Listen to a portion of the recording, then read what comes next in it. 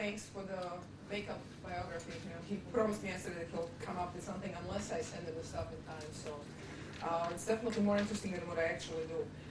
But so my talk is going to be slightly different because I looked at all the talks yesterday, and I think majority of people are coming from the perspective of developers and how do we do development testing better. I'm a QA engineer, and I actually want to do QA. When I left Purdue, I decided, well, first, being overworked and underpaid is just not all it's cracked up to be. And the second thing is I wanted to know why the software suck. I'm an engineer, and the bridges don't fall out on a daily basis, and people get really annoyed if their cars blow up. So why is it okay for Microsoft Word to crash on me 15 times a day, and yet when Pentium bug had a problem, when the Pentium chip had a problem, everybody was up in arms and they wanted their chip replaced. So what's the difference between a piece of hardware and software, and why does hardware work and we expect it to work, and why does software suck? And I think I actually have an answer for that, but the topic of today's presentation is slightly different, and it's really a QA presentation. So I don't have a new framework, I don't have new infrastructure, but what I really want to focus on is how do we use existing pieces in getting something as important as performance testing done. And one of the things that I should also mention ahead of time is I'm a very strong Unix bigot. I've loved Unix for a long time, and part of the reason why I joined Google was that after a couple of years of being recruited by some of my friends, I realized that Peter Norvig is there, and anybody who hates PowerPoint as much as I do cannot be a bad person, and the place where he works has to be a good place. So this is my first PowerPoint presentation ever. I needed to apologize for it, and it's probably the last one I'll ever do, but more on to performance testing. Right, so Google has an interesting problem, right? Obviously, we launch things all the time. Quite often I will get an email saying, actually the last one was like at 4 p.m. saying, okay, we're launching today, could we do some performance testing? So, why bother? I'm sure it's good, just sit it out. And I'm sure you guys have seen some of the results of efforts like that. But in general, we are getting to the point that solving the problems by adding more machines is just contrary to our mission statement, which is let's try to conserve resources. I mean, sure, you can always throw more machines at it, but eventually you run out of space, you're using too much electricity, and it's just the wrong thing to do. So what I'm going to talk about today is first a little bit about terminology, because performance testing, at least since I left AT&T Labs, I've noticed that we don't really even have terminology standardized. So I'm going to say what I mean when I'm talking about performance testing or reliability or availability, scalability, or anything else, because typically people come to me and say, like, I need to do stress testing. And I go like, okay, so what do you want, right? And performance testing. Okay, so give me more. And there is never anything coming back, anything useful that will let me start. So then I'm going to talk about why bother? Why are you even interested in testing performance? Mention a little bit about tools, and I do want to say I have very strong opinions on what should be done with tools, so take it with a grain of salt, right? Everything is coming from my perspective. I'm going to give you some examples of what we have done at Google. Hopefully all the proprietary information taken out. If not, I won't be working here a week from now. By request, I'm going to say, how do you start performance testing? Because I actually don't think this is very hard. I mean, it's really not that difficult at all. I think it's a lot more is made out of performance testing. It's actually a fairly simple process. And then I'll open it up for questions and hopefully answers. So let me talk about, first of all, what do I consider a performance test? So anytime you run a test and you're actually measuring how quickly a system responds to workload, that to me is a performance test, right? So in a sense, you're answering the question, given the load X, how fast will the system return the result, right? But the important thing is I'm really interested in that time. That's what I'm measuring. Like in the case of a stress test, what I'm really more interested in is when will the system fail and how will it fail?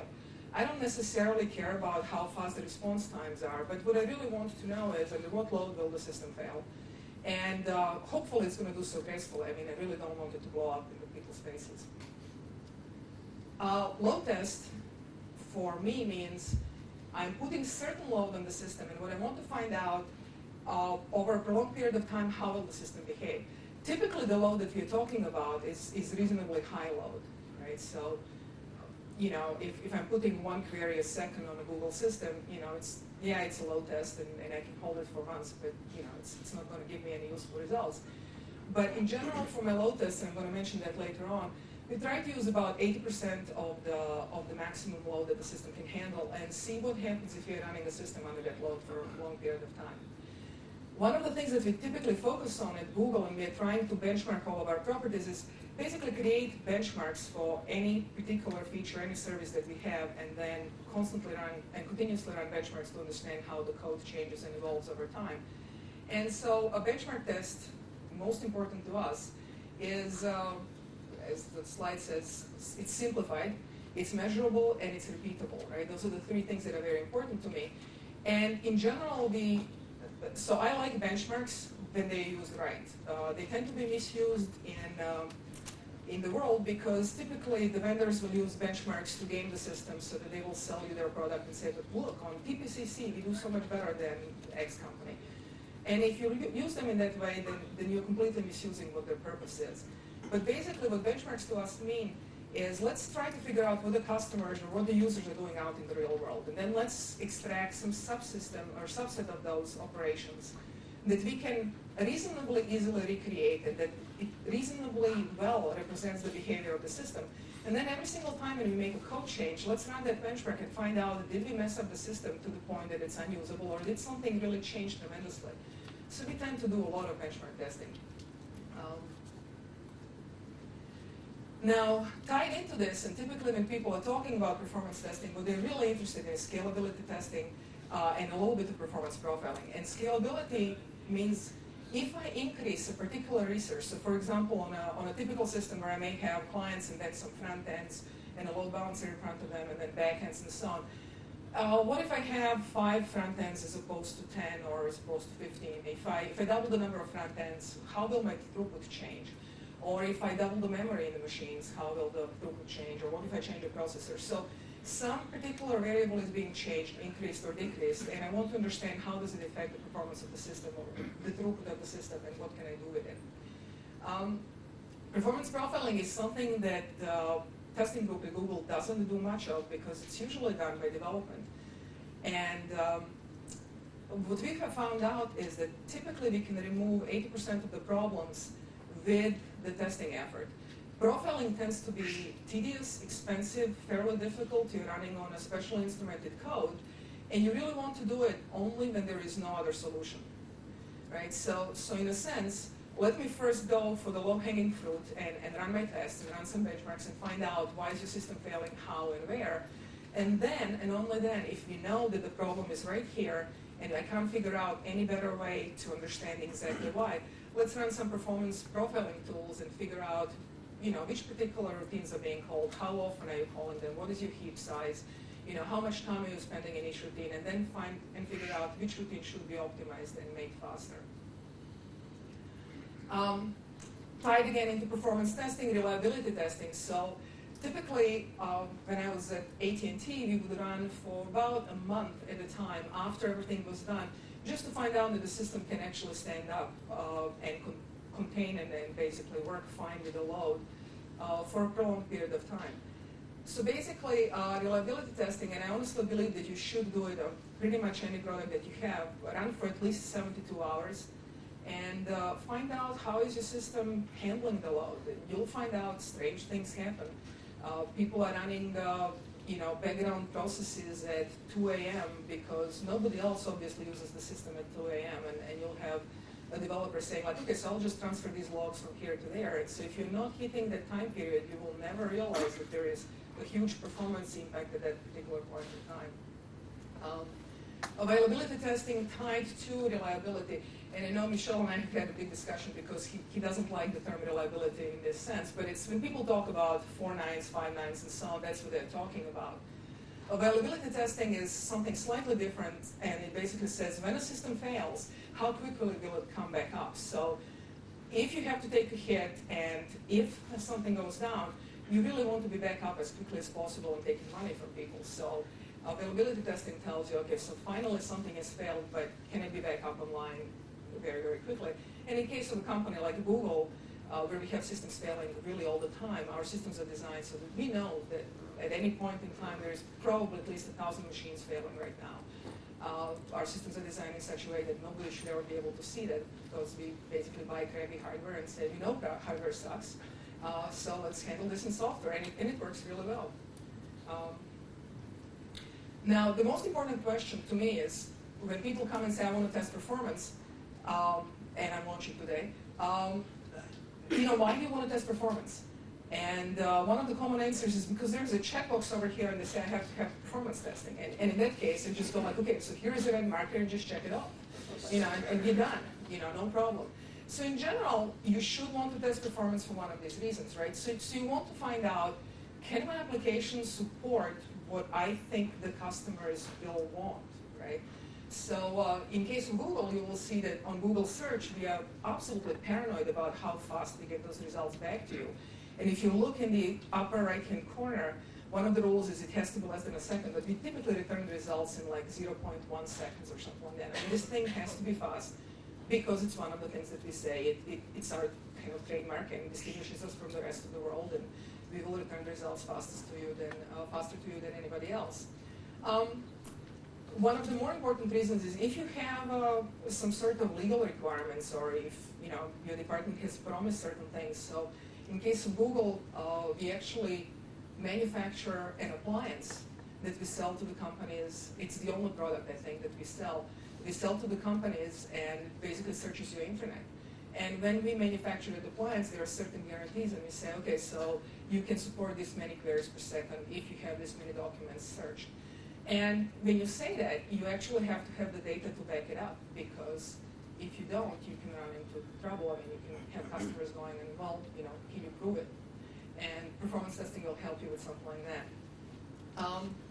When you are, if you have any kind of hardware situation, as new hardware comes out, you have to do testing with different manufacturers and figuring out what sorts of impacts will the new hardware have on your future platforms and so on. So again, you can do performance testing for that reason. And ultimately, a peace of mind, right? If I finish my performance tests on any particular product that we have, at least, I look at it and say, okay, well, it didn't crash in 72 hours. I mean, it worked for at least a period of time, and I feel a little bit more comfortable sending it out. One of the things that, and I forgot to put it over here, why you shouldn't test performance, and my personal pet peeve is when people call me to test performance, it basically means please test the functional subsystem, the threading subsystem of my system. To me, that's functional testing. And you really should have somebody else spend 15 minutes executing 5 or 6 things in parallel to make sure that you don't have deadlocks and priority inversion problems and stuff like that, because my time is, by the time I sit down and write the scripts and everything, do everything, and launch the load and find out that everything is crashing because somebody has taken a lock and is not releasing it until something else happens, I get fairly annoyed when that happens. So before you ask your performance team to do something, make sure that all the functional testing has been gone through at least once.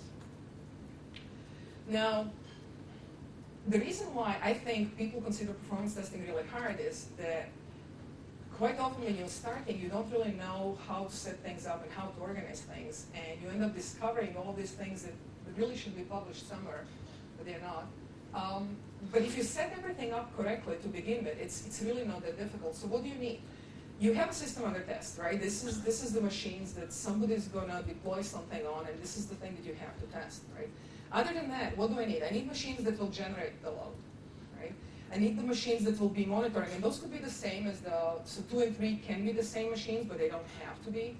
I need some sort of a data repository, so when I'm running this performance test, those results should be going somewhere, hopefully a database.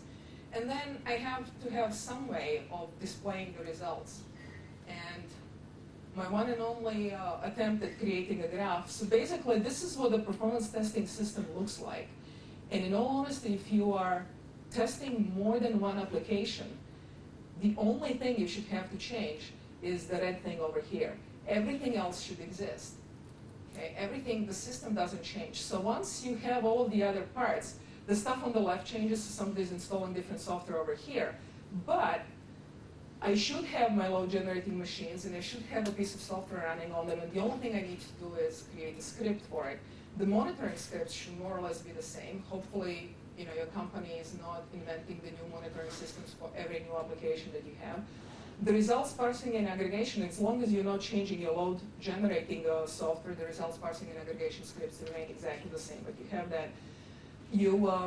At Google, we have a performance database in which we store all of the summary results, and then we have a presentation layer on top of that database, and you'll see some of the results from it that actually presents the data in some sort of a meaningful way. And then we have the raw storage data, because a typical performance run will generate tremendous amount of data, and you don't really need to keep all of it, and I'll explain why, and what do we keep and what we don't keep. Now, one of the frustrations that I have, at least currently at Google, and I'm sure that at least some of you have experienced with performance testing, is that typically when people do performance testing, it starts by saying, hey, I'll just write my own little script, right? And I love developers and I hate developers at the same time. The first step, for some reason, is always, I'll just write my own little script. And I don't understand why. You don't sit down and say, well, I'll write my own little operating system, which I'll install on this machine, and then I'll have my own little programming languages, then I'll write my own script. So why do you write your own script or load generating things when stuff exists? Okay, why do we build these systems from subatomic particles when we have bricks? Come on. And so I love all of your tools and everything else, but I wish we would do more of reuse. It just seems like somewhere when you leave college, reuse just goes out the window, and everybody wants to develop their own little system, which is so much better than every other system out there. So I'm going to talk a little bit about what goes over here. In our case, as you can imagine, I personally believe that everything that goes here and everything that goes in monitoring is what you will have in real life, right? Because if you use any other kind of monitoring, you have to account for the differences in load that either a regular monitoring system or your special monitoring system is putting on the system under test. So we tend to use whatever, in our case, Google monitoring of our machines is over here, and my scripts actually get the information from the special web pages. We have the parsing scripts that will store the summary results into the performance database. The raw data stays in the storage. We'll look at it the next day. And if everything looks okay, it's going to stay with us for about a couple of weeks, and it's going to get tossed. The summary data stays with us forever. So back to the thing, and a little bit of a discussion, which I think is probably the most interesting one, which is this box over here. What is happening over here is load testing tools. And so before you decide, if there is nothing else to take out of this talk, right, here's one thing. Before you decide to develop your own yet another load testing tool, please take a look and see what is out there, right? And you have several options. In-house tools. Before you develop your own in-house tool, please use one of the 55 that we have at Google, right? I don't like them for several reasons, right? You have the advantages that typically is developed by a developer who is working on the product, and it's just really quickly to hack it up. And I'm going to be on a different project next month, and for that month, I'm going to still support it. And then after that, I'm stuck with supporting this tool that, a year down the road, it doesn't do 5 of the things that I want. And it's just incredibly expensive to support. And it's a pain. I mean, it's just, any bug I have to fix, I have to deal with it. It's just really a terrible choice, in my opinion. Disadvantage is huge. I can't share it with customers. I have, as I said, I have 55 different Google in-house load testing versions of tools that will do, load this or load that. I can't give any one of them to any one of you because it's Google proprietary code, right? So if I'm actually trying to publish a piece of data, and if I'm using this tool, a perfectly reasonable question is from somebody else saying, like, okay, so let me get this straight. You're testing Google product with Google in-house tool. I can't have access to code for either one of those. Well, yeah, of course I'm going to trust you because you just look so trustworthy to me, right? So anybody can question the validity of the results that they obtain through this, and I know I would. I mean, that would be like if Yahoo were to come up with something like this, that would be the first thing. Like, you guys got to be kidding me, right? What do you think I am, a monkey? I'm just, figure it out. Tool maintenance. It always looks alike. I can just hang it up as I'm going along. This is probably the most expensive option that you can have. I don't care how expensive the vendor tools are.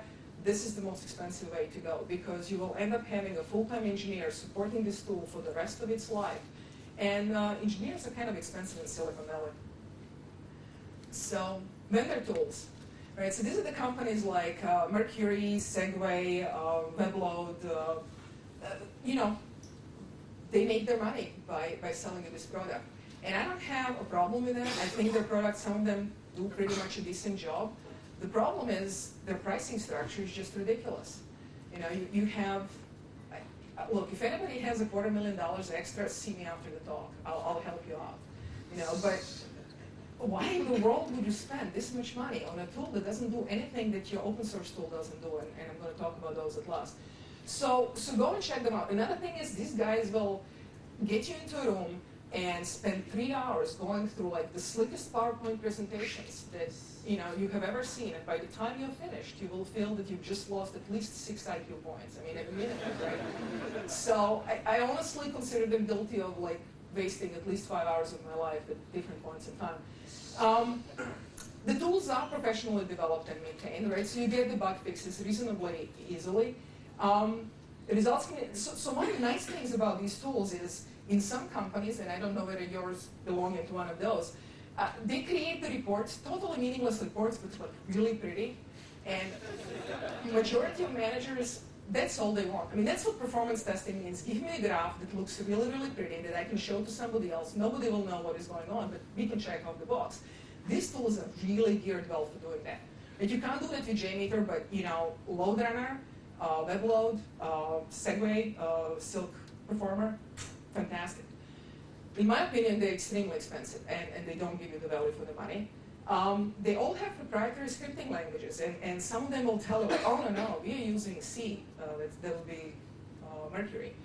Well, yeah, it's C minus the pointers and minus this and minus that. Well, okay, great. That's some C that I can use, right? Silk uses BDL, benchmark definition language, completely, brand new language. And so if I get this tool in, that just makes me require people to learn yet another scripting language. And along with load testing tools, I think the world doesn't have enough scripting languages, and we really need a couple of more. You don't have access to source code. If your tool, if you need this one thing, right, and you need it 6 months from now, you don't have the source code, and this can work really well, or it cannot work at all, depends on how much money you have. When I was at AT&T, Segway would fly developers from their Austria office to just get the work done for us. But we had however many $1 billion to spend and waste, and they would do that, right? But in general, if you're not giving them outrageous amounts of money a year, you're never going to get your feature in, right? So, and you can't help yourself because these things, you don't have the code to it. Open source tools. To me, this is the answer, this solution, and they really, 5 years ago, they just weren't there, but today they are. My personal preference, JMeter, again, keep in mind I'm a Unix bigot, and that's why JMeter is strictly my preference. But if you prefer something else, take a look at OpenSTA, take a look at Grindr. All these tools are listed on Apache website, and they're really neat little tools that can be used for different things. Depending on what you're testing, you may find that a different tool will work for you. So typically for anything front end, so anything GUI, we tend to use JMeter. For API testing, we have applied Grindr successfully. We don't use OpenSTA very often because it is Windows only. And if I want to create tremendous amount of load, I want to distribute things to my Google data center machines, which are all Linux machines. So to me, obviously, JMeter and Grindr tend to be the two solutions that I like the best. The price, and I should say acquisition price, is really good. You do have to occasionally develop new features in it. I mean, it's when people say free software, this is one of the things that I actually agree with Scott McNeely on. It's free in the sense that the puppy is free, right? So, you will acquire it for free, you can go to the pound, but after that there is certain expense. And it's there, but it's still cheaper, a lot cheaper than an in-house tool. What is nice, and what we have at least found with JMeter, is that whenever we develop a mod, something that we like and we really need, and we send it back to these guys, they're thrilled to include it in the next version. They just are great to work with. They really want people to use their tool. They want, this is development that they actually don't have to do themselves. You have to go to their standards, and that's fine. But in general, you can do your stuff, send it back to the community, A, you're giving back, B, it's shared with other people, and C, I don't have to maintain it after that. To me, that's the big part. Trivial for me to share my results with anybody else. You want to verify how many QPS Google Search Appliance can handle this? Well, here is the script, download JMeter, it doesn't cost you anything. And I'm not asking you to spend $250,000 to get loaded on it to be able to do this. You can have it up and running in a day, right? You do the scripting in standard programming languages, more or less, right? So to me, that is a big advantage. I don't have to learn yet another language, and I don't have to bother with training every other new person that comes in the project on, you don't use semicolon here, you actually use colon colon or something else that for whatever reason this developer has felt this is the feature of my language.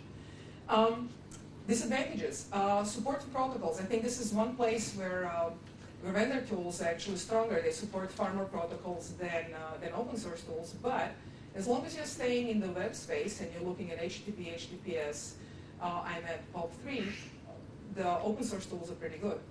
Being at Google, that is one of the things that works in my advantage. It's a little bit steeper learning curve, right? You don't have slick presentation materials. You don't have somebody come to you and offer you a 2-day class on the tool. Why would you ever need a 2-day class on a performance testing and load generating tool? It's a different story. But there are some things, there are some little tips and tricks. And so if you pick a tool like this, the best advice I can give you is find somebody who has done something useful with it, or find a couple of scripts that work. Because there is always these 2 or 3 things, like in case of JMeter, I'll give you an example. If you have a data file, the data file and the script have to be in the same directory. I think they will fix it for the next version, but it doesn't say anywhere, right? You can have a link to the data file from the same directory, but they have to be in the same directory. And so if you put the absolute path names, the stuff just isn't working, and you find yourself banging your head into the wall going like, why is this not working? It should. I mean, look, it should. And then you find out, oh, it's a bug. Here's why it's not working, and here's how I fix it. But these kinds of things can cost you a lot, and you can actually find yourself saying, well, these tools just suck, and they don't do anything, and I'm not going to use them. It's worth spending an hour with somebody who knows how to use them and show you these 5 or 6 different things, and basically what exactly? Oh, no, don't want to take them. But that is pretty much, in my opinion, the only disadvantage of these tools. Everything else, plus. Results of a performance test. So you're running your performance test. You have your stuff going on. One thing you will find out about performance testing is you're really good at generating data. I mean, you want terabytes, I'll fill terabytes, no problem at all. The problem is, what does all of this mean? And quite often, you need to look at this data and you need to extract information. And I think the biggest problem I have with performance testing is that a lot of time people just have the data and don't know what exactly to create out of it. And I'll show you some of the graphs and some of the ways of looking at the data. So for every performance test, we create a tremendous amount of raw data. So during the performance test, every transaction is being tracked, and the performance testing tool like JMeter will track everything and say, okay, I've sent this request at this point in time, at this point in time, and it's come back. This is maintained. So obviously, if my tests are running for a couple of hours or days, that is a lot of data. But then in addition to that, for every machine in the system, I have a track of CPU, memory utilization, disk I/O, possibly some additional variables. So as you can imagine, this is a tremendous amount of raw data that actually is generated by a single run.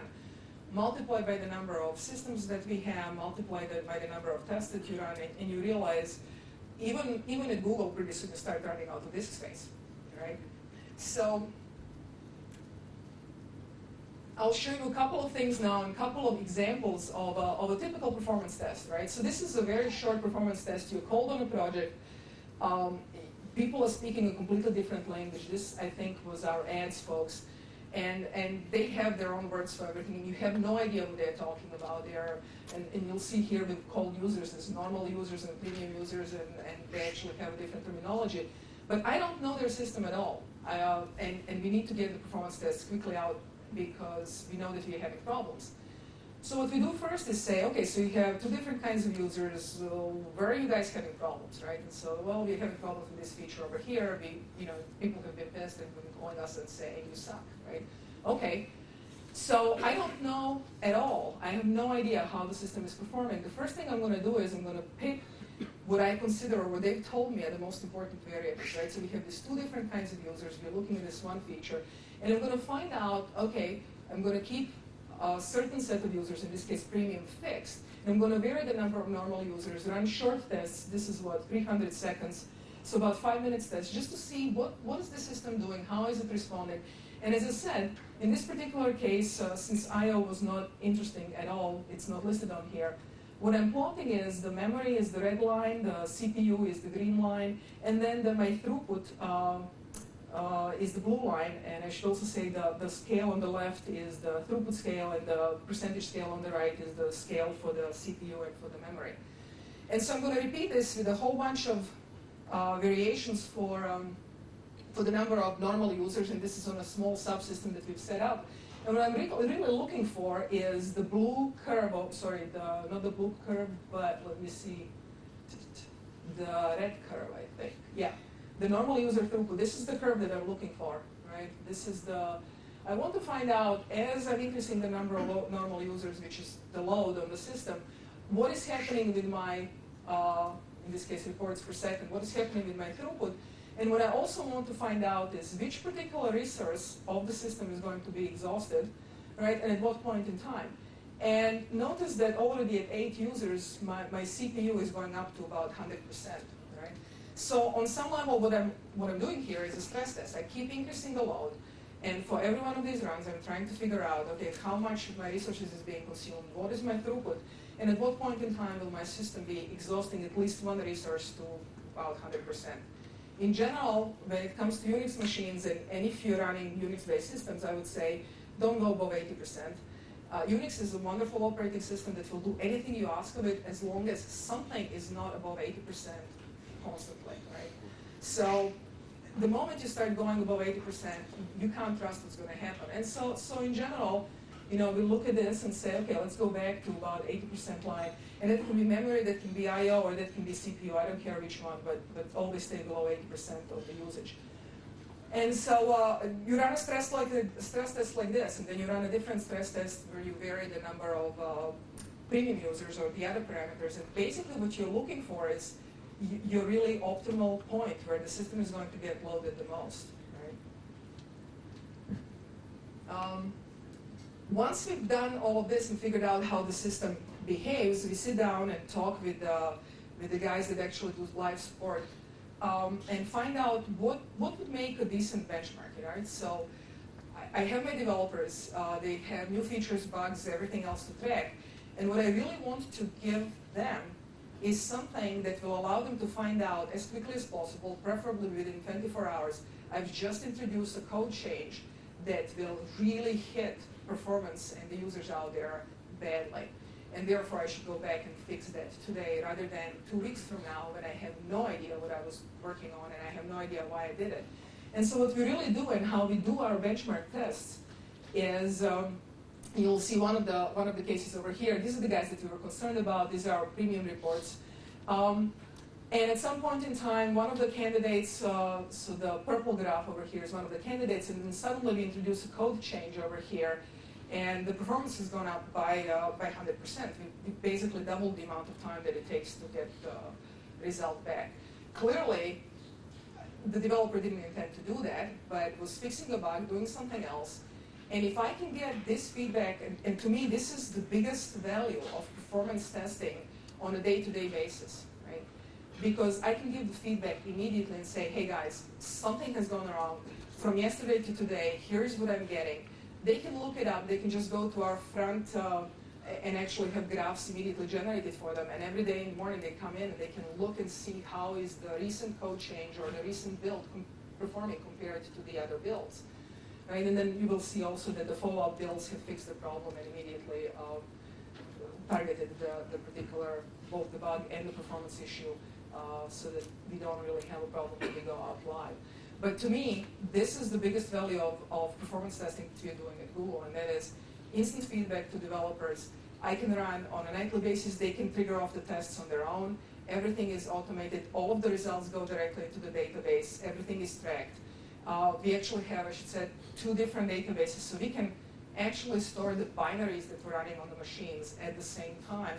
as the one that I tend to use stores just the labels of the software that we're running, but we do have the ability to store the actual binaries. So if somebody is messing around and trying to figure out how will the different switches in BIOS impact things, we can store all of those things and analyze it. People can look at the graphs and find out how the performance is working. An example of scalability testing. So you're looking at a new configuration, right? You have a hardware platform, you are running out of parts, and you're basically looking for the next generation hardware platform.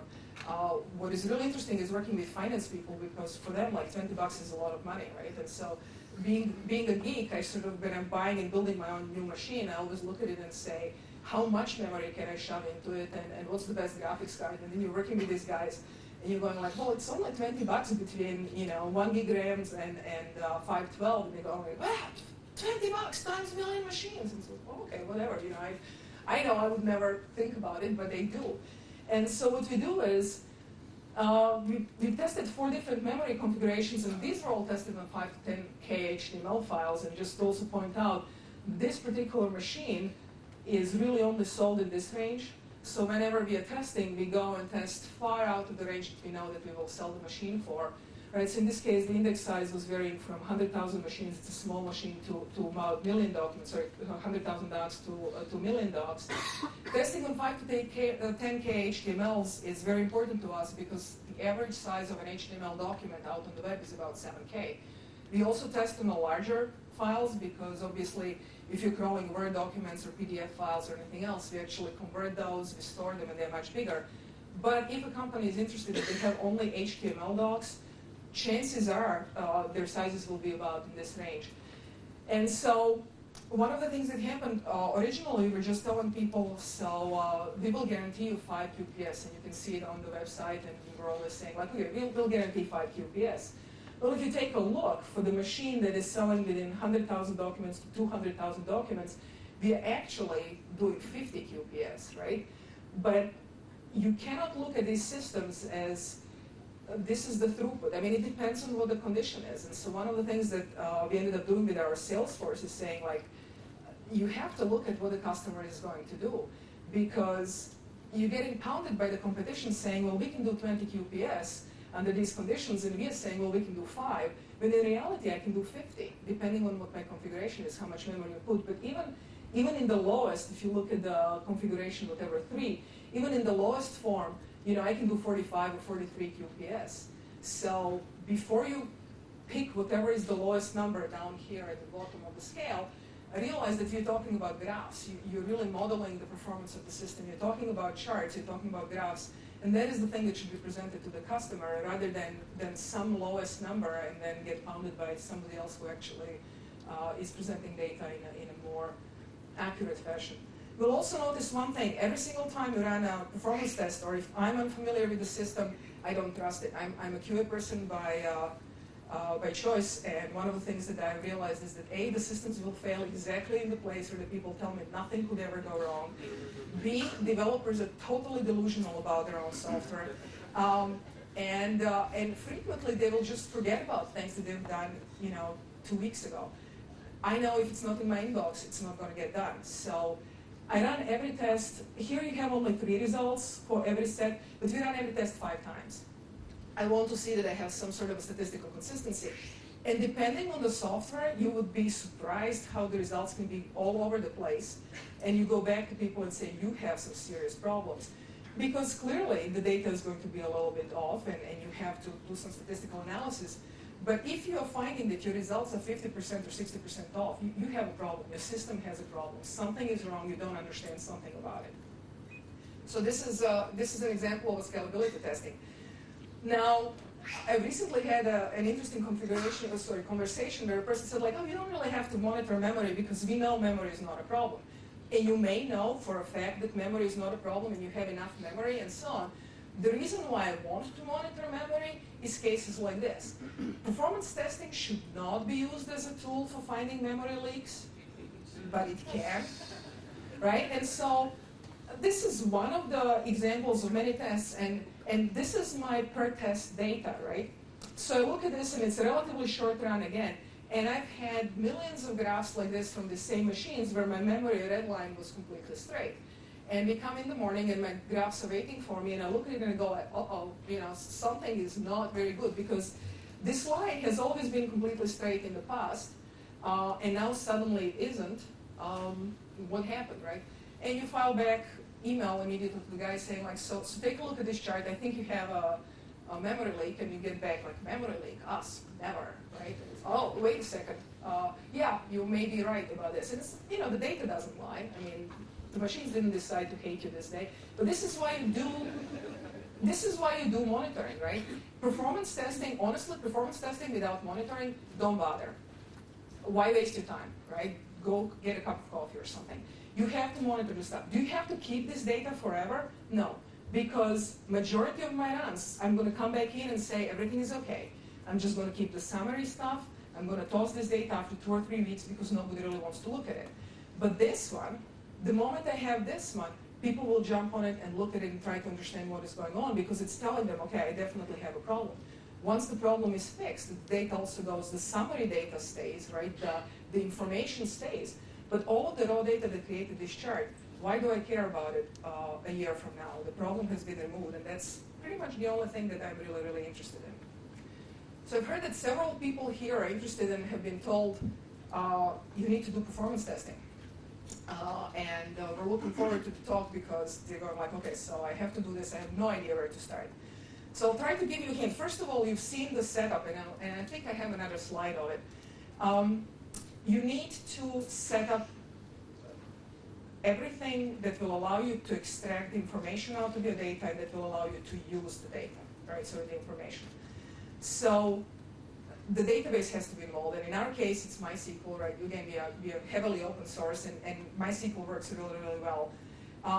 Set up a schema that will allow you to keep the average throughput for a run, the names of the machines that you're monitoring, the average CPU memory, average disk I/O. Let me see. We definitely keep track of every single piece of software that is running on the machines and the versions that are on there. All of that is in the database. All of the data needs to be easily accessible. We have queries set up that pretty much anybody can go and check and find out what has been happening with this particular project on these particular machines. I will also definitely agree. Yesterday, a speaker has said, every once in a while you will find a machine that just is different and behaves differently. I can even tell you why that is. In my previous company, we at some point in time partnered with a large hardware manufacturer from Texas, won't name any names, but they were going to provide us with the machines. And at some point in time, Network Appliance provides these things called filers, and they store data, and it's kind of, people really get ticked off if you lose all of the data, or if you allow it to be seen all over the world.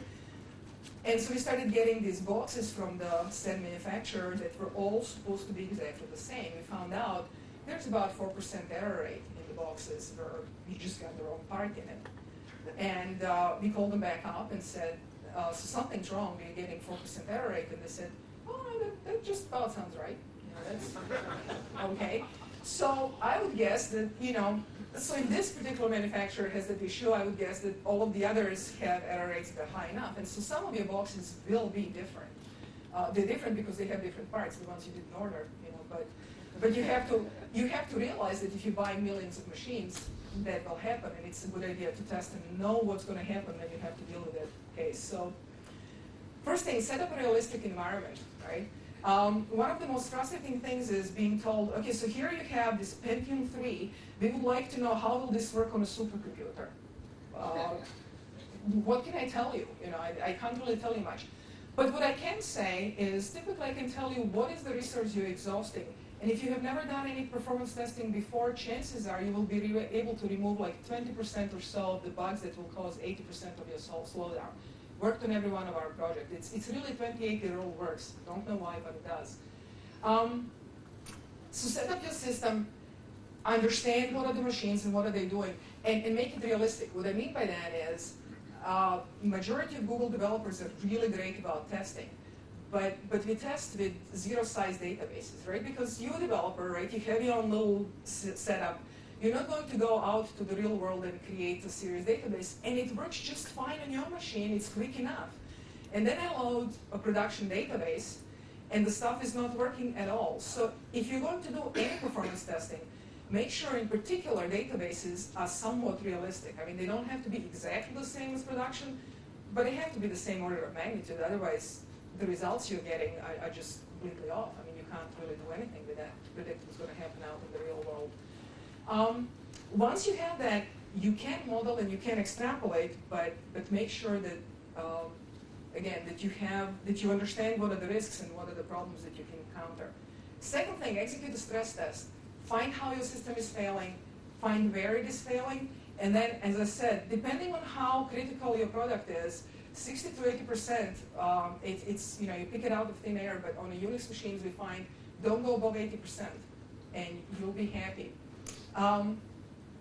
Do find out how the system handles overload, because you really have no good defense mechanisms against people out there trying to or even in our cases, like when we launched Google Earth, predictions were like, oh, okay, we'll have about, I don't know, 1,000 people downloading it the first day. And for whatever reason, if you Google, and no matter what you do, somehow it ends up on blog, and within 15 minutes, we had millions of people downloading the stuff. You can't plan that. You can't protect yourself against stuff like that. It's just that the product is a lot more interesting than you ever thought. But in general, you should know how your system will behave if something like that happens. So run a really, really high stress test to find out what will happen, and hopefully you shouldn't blow up. Then you figure out what is your performance test point, and as I said, 80% is a good starting point, at least in my opinion. Execute performance tests. It has to be long enough, and long enough means you have to reach steady state. And depending on a different system, you may reach steady state very quickly, or it may take a couple of hours. But again, do some investigations of your system and run first a couple of short tests, and as you see the graphs leveling off, you're starting to reach the steady state. Start the test with a reasonable warm-up period. I think it's completely unfair to start 100,000 users all in the same second and say, oh, the server didn't handle this particularly well. Well, it's not designed to handle something like this. Make sure that those users are coming online slowly or over a period of time. Collect all the data, right? You may not want to keep it forever, but definitely collect all the data. The system performance is the lowest throughput for the duration of the test, right? So you will see that the throughput will go up and down. Usually happens because there are some background processes kicking off, moving logs around. Log rotation tends to be a standard thing on Unix machines and so on. But you have to, when you're reporting your performance data, you have to report the lowest throughput, right? Because that is the only thing that you can guarantee. Anything higher than that, you cannot guarantee, because the people could be running at a time when your scripts are kicking off and taking some resources for something else. Repeat the test several times just to assure yourself that you do have statistical consistency, that nothing weird is going on. And debug is necessary. Other than that, questions?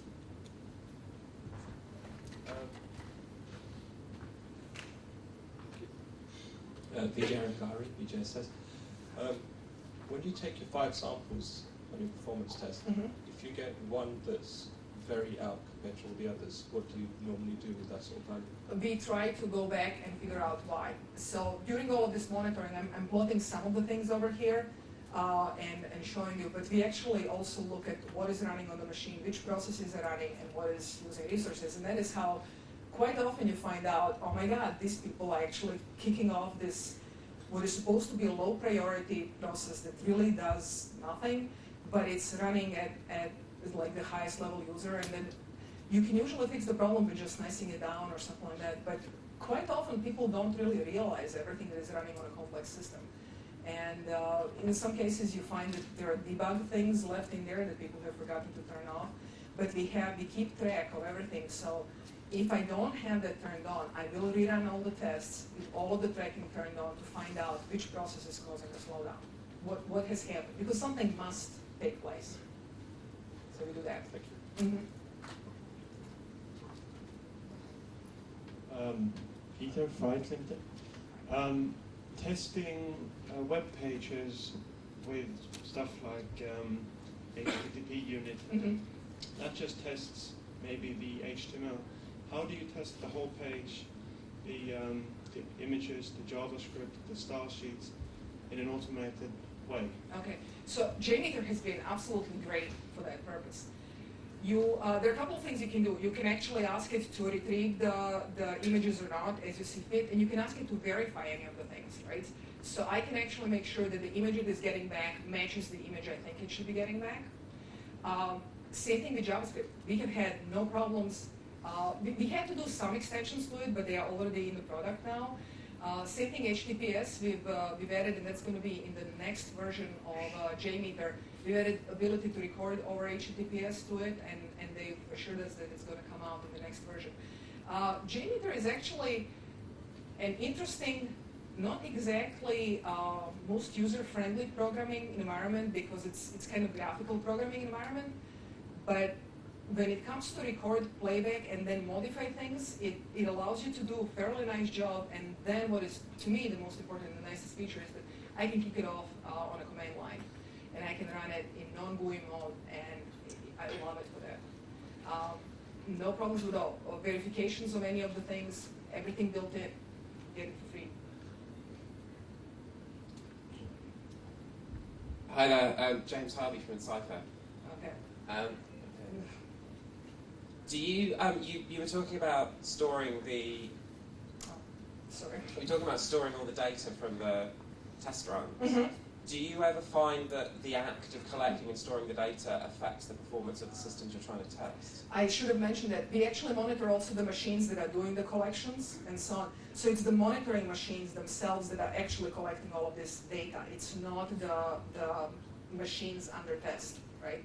The machines under test, at least in our systems, are set up so that they send periodically information to monitors, and then we actually collect the data from the monitors.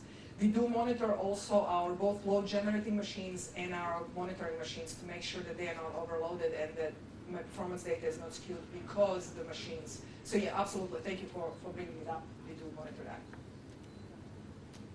that. Goranka from Hybrid Graphics. Have you had any attempts to automate the analysis of the results or anomaly detection? That is the last step that we have left. So one of the things that we found out is it used to be fairly expensive to set all these things up. And let me go back to we have just recently we've just recently set up all of these pieces because this layer is still being worked on and all of the graphs are now there, but we're adding more stuff to it. What we would really like to be able to do is automate the stuff, the raw data, and basically that I really get the graphs printed on my screen in the morning only if something is wrong. Now I'm paranoid, so even when that is done, those graphs will be on every day for every project that I run because, you know, I know too many developers, and so I know how good my code is, and you know, there is a reason why I don't develop, right? Because I'm even worse, right? But I don't know, when it's something, depends. I'll say we will definitely be working on it. Would I necessarily trust it on something like ads, which pays my salary? Never. On something that doesn't pay my salary, sure, what the heck, you know, I mean, why not? But really, it's performance testing is really about risk analysis. I mean, QA is about risk analysis, right? And so if I believe it's high risk, I want to take a look at it. If I believe the risk is relatively low and I'm reasonably certain it's doing okay, I'm perfectly okay to let it go without, you know, really having a person deal with it. But we are working on it. That is, you know, one of the motivations is we all lazy, right? So if machine can do it, why should I have to? So. Hi. Hi. Yeah. Hi, Shashi from Multimac. This is a question about reliability testing and availability testing. Mm-hmm. What I can see is that the measures for reliability and availability is substantially towards performance, stress, and load. Mm-hmm. Apart from this, do you have any other quantitative measure to see the reliability and availability testing is such? Because according to me, in the sense what I mean to say is that I would term reliability to be the mean time between failure, the mean time between the failure of a system. And I would have a quantitative measure with respect to the mean time to repair and the mean time to fix for that particular by way of SQL injection. So if you had to remove the factor of performance, stress, and load, do you have anything else to measure the reliability of a system? Actually, we do, but it's done by the ops people, right? So in particular, and I don't even have the data for that, but in particular, all of our systems are really being monitored the whole time. And so I'm sure that our operations people would be able to tell you for any particular data center what is the mean time. Well, they would be able to tell you, I'm not sure whether they would tell you, but we do have the data for the machines. I don't really have access to it. Google is fairly paranoid about any sensitive. So for example, even when we do this, when I do searches, I can't get access to the real searches going out there. I don't know what they think I'll do with it, but honestly, they will not.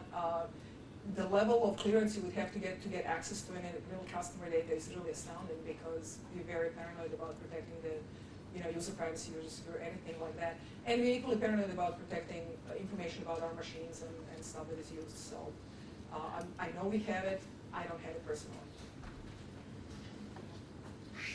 Hi, Goranka. Hey. As you know, I'm your #1 fan. Yeah. Thank you. Anthony Marcano, by the way. Two points very quickly. A good source of open source tools, just for the benefit of the audience, is opensourcetesting.org. Absolutely.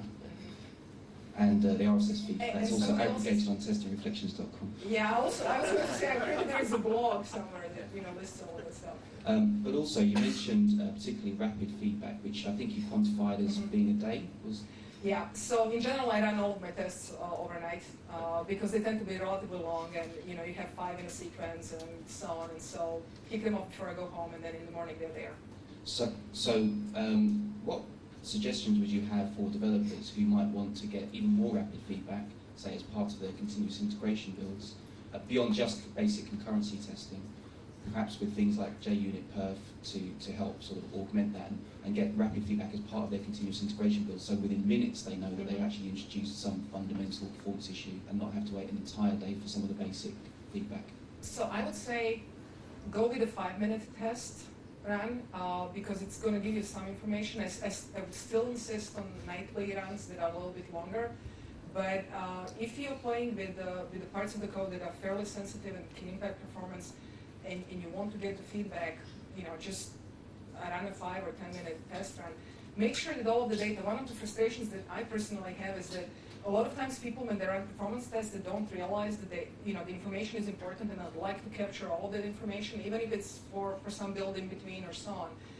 If you're running a test like that, store the data into the database. I mean, that's what it's there for, right? So definitely keep track of everything you're doing and augment it. I should have also added that in the database we have obviously fields that allow us to comment on any particular run or anything else so that people understand what is going on, especially if you are fiddling with parameters that are not exactly visible immediately. So, but yeah, you can get faster results. We are working on setting something up that would be even faster. 24 hours has been fairly reasonable for us, though. In general, people tend to remember the things that they have done yesterday, but a week ago is really hard. I mean, I know from me personally, I couldn't tell you what I was doing a week ago, so don't expect the others. Do you include networking in your profiling? Good question. I should have mentioned that. Thank you for bringing this up. When I'm doing performance testing the first thing I try to do is eliminate the network, right? Because I want to simplify my problem. I'm interested in the machines, and my hope is that the network is going to be provided to be able to handle everything I need. Now, once we have profiled all the machines and understood everything, we will do some tests typically between multiple data centers, right? And at that point in time, the network is included in it. But honestly, if you can, everything on the same subnet, everything going off of the same switch, and that's going to make you a much happier performance tester in the first pass. Debugging networking problems, fun. What else can I say? So yeah, but thanks for bringing it up. Hi. One of the big problems about doing benchmarking and performance testing we found is that the marketing department drives it. So they want the biggest number, they want the highest number. So if I was to say to them, well, we're only giving it 80% capacity because that's sort of what users can expect, they'd say, well, what all the numbers are 100% capacity. Tell us the biggest number. So any advice on fighting off marketing departments? Oh, a lot. In general, avoid them, right? Because, but the funny thing is that, good thing about marketing people, you can always come up with some technical explanation that they won't understand. So, because the defects will blow up and it works. But in general, it's go back to the risk analysis and reliability, right? Do you want to run it at 100%? Sure. In that case, I can guarantee you it's going to be out for a day. You want it more than a day, you want to do what I'm telling you. One of the nice things, I don't even know that Google has marketing people. I've never met one, so it's really, but I've dealt with my fair share at Meta, and it's just sort of like, which planet do people come from? And why does everybody have the same haircut on this planet? But that's a completely different story. But yeah,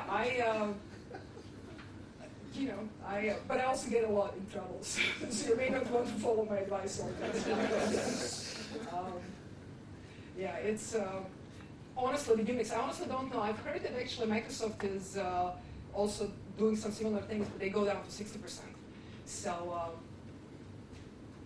it's a standard thing. We know that when you come above a certain level, the machine will just not behave the way you expect it to behave. Things will just start going off. So. Hi there, Ian Howard, JP Morgan. I'm interested in what you say about not extrapolating the results onto a supercomputer, because typically we buy supercomputers for production and sort of 386s for our QA.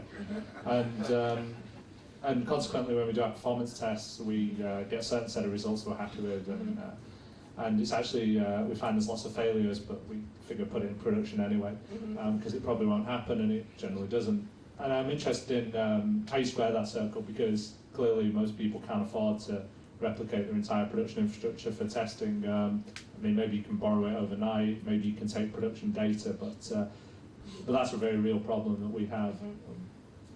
So I'll tell you a couple of things. At Google, I'm lucky, right? Because machines in our data centers, right, we have no supercomputers unless you look at how we have organized the machines that do act as one, but they're really individual boxes that are pretty much the same as the boxes I will have in the office. So I'm very lucky in that respect. At AT&T, so I joined AT&T after my 7-year stint at the university, and so that was a shock, because universities, at least in the US, are notoriously poor and cheap and just crappy equipment. And I came to AT&T and I wanted to do tests on, at the times, it was E5000 was a Sun stop line machine. And it cost a couple $1 million or something like that, and so it was and I get a call back from the department saying, like, so you've ordered an E5000, and we knew we were going to use it. And I'm going through like, oh man, this is now we're going back through like, there's no way you're going to get it, and so on. And they go like, well, so here's the thing, what if you order one, and what if something fails? Can we just order a couple and be done with it? Right? And so that's another solution. Work for a company that has an absurd amount of money and is not willing to go and is willing to go bankrupt at a drop of the hat. That was AT&T. In between, you have a real problem. I mean, you really want to get some time on that machine before it goes live in production. And if the system is not already live in production, it should be not that difficult to get it for a week or a weekend or something, so you get some data on how it's behaving, because you can't extrapolate the results from a 386. You don't even know. I mean, it's even a different operating system. It's everything is different. Extrapolation will kill you. Interpolation is great, but extrapolation will kill you, because things will just go wrong, or you'll run out of some resource that you never expected.